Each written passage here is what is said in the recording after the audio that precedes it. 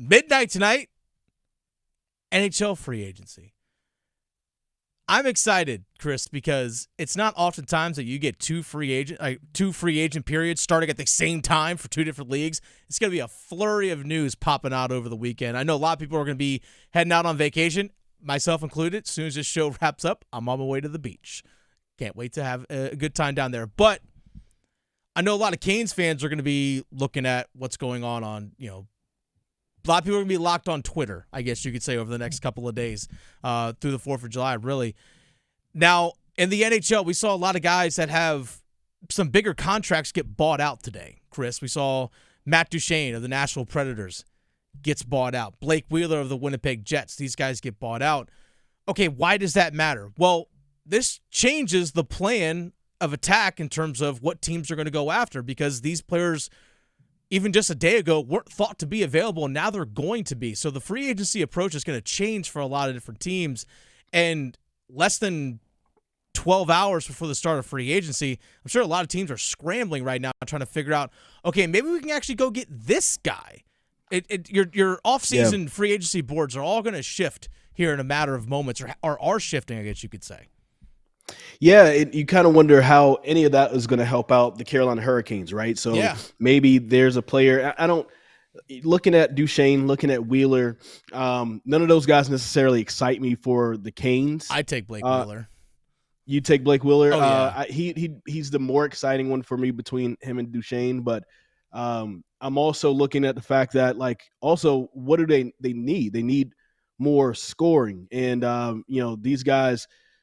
Wheeler, a little bit on the older side, right? He's like 36, close to our age.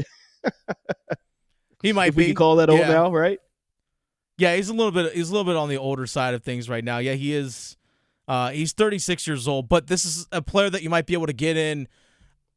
Maybe just if he's willing to take a 1-year deal. He might not, but maybe you can because of all the extra cap space that you do have in terms of Carolina Hurricanes this season. Maybe you can use some of that cap space if you're able to get him for a 1-year deal. And he's a bigger body guy. He stands at 6'4", 225 or 6'5", 225. So he's that bigger, heavier bodied guy that the Canes have been looking for. Yeah, he's up there in age, but I'd still be willing to take a flyer on a guy like Blake Wheeler for sure. I mean, Matt Duchene is a centerman. He's had a lot of success in his career in terms of goal scoring. He's not obviously what he was 40 years ago, but still a highly productive player. And he's a center iceman too. Maybe he's that second-line center that the Carolina Hurricanes have really been looking for. I don't know. But this changes how other teams are going to approach free agency. But the things that are happening today, we look at what is happening right now in terms of who's getting bought out, who doesn't get a qualifying offer if they're a restricted free agent and so forth. But what's not happening that really speaks loudest to me in the sense of we haven't seen a Freddie Anderson contract extension. We haven't seen an Antti Ranta contract extension. These guys are set to be free agents. My guess is that, especially if Freddie Anderson hits free agency, someone might pay him more than what Carolina is willing to. And that's the thing. That's the thing. What hasn't happened is what speaks most volumes to me. Yeah, I see where you're coming from with it. I think the way I'm kind of looking at it is we expected to see a lot more action in general this week that we haven't seen.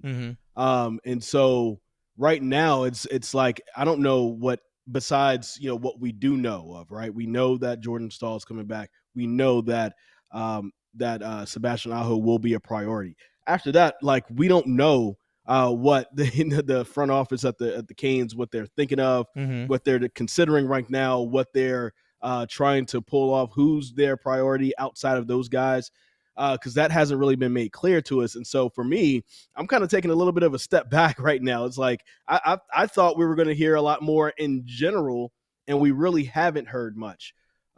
So it feels like anything can kind of be fair game, but I definitely understand why you have the stance you have on that.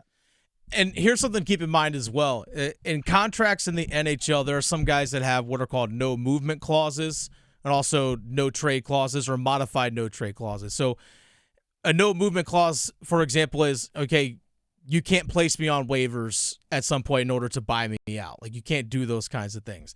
Or you can't leave me open for an expansion draft. So those are like a no movement clause. But we also have modified no trade clauses. For example, and a lot of those are actually going to kick in tomorrow. William Nylander, who is is a priority, one of their core guys for Toronto. He has a modified no trade clause that kicks in tomorrow. I think he has 8 teams that he can submit to the team saying, I don't want to go to these 8 franchises. But he can be dealt to any of the others. That kicks in tomorrow. So if you want to make a trade for some of these guys, you have to get it done today before midnight tonight, because once July 1st hits, a lot of the clauses in these contracts change for a lot of players. So being able to make trades might not be as easily done tomorrow as they can be done today. But yeah, when it comes to your own free agents, if you really wanted to keep a guy, you would get that deal done. Now, also, there's the two-way street of it, right? In the sense of, hey, I'll keep that option on the table, but I want to see what else is out there. Maybe I can get a little bit more somewhere else, which is fine. Every player has that right to do it. But again, I'm just, lack of a better term, Chris, concerned that we haven't heard anything regarding the 2 goalies for Carolina. I do want to say this, though.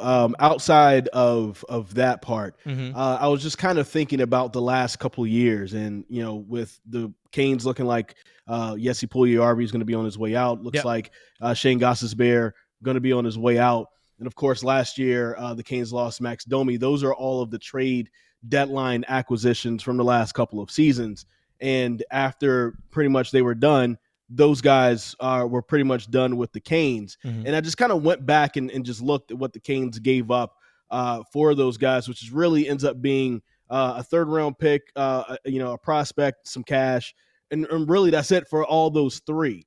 So I'm saying all that to say that whenever we do hear of a trade, because that's one of the things that Don Waddell did say to us that they were looking to explore in as far as some trades, the Canes haven't given up a lot for these guys that came at the trade deadline.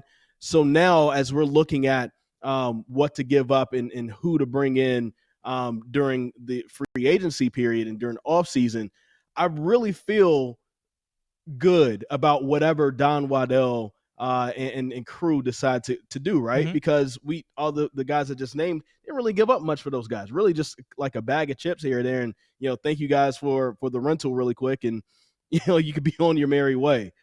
So I'm excited to see, what they put together, what kind of trade packages are put together, even if it means saying goodbye to a name that we maybe hadn't even considered, because it feels like they're going to get something really good in return just based off of the trade history as of late.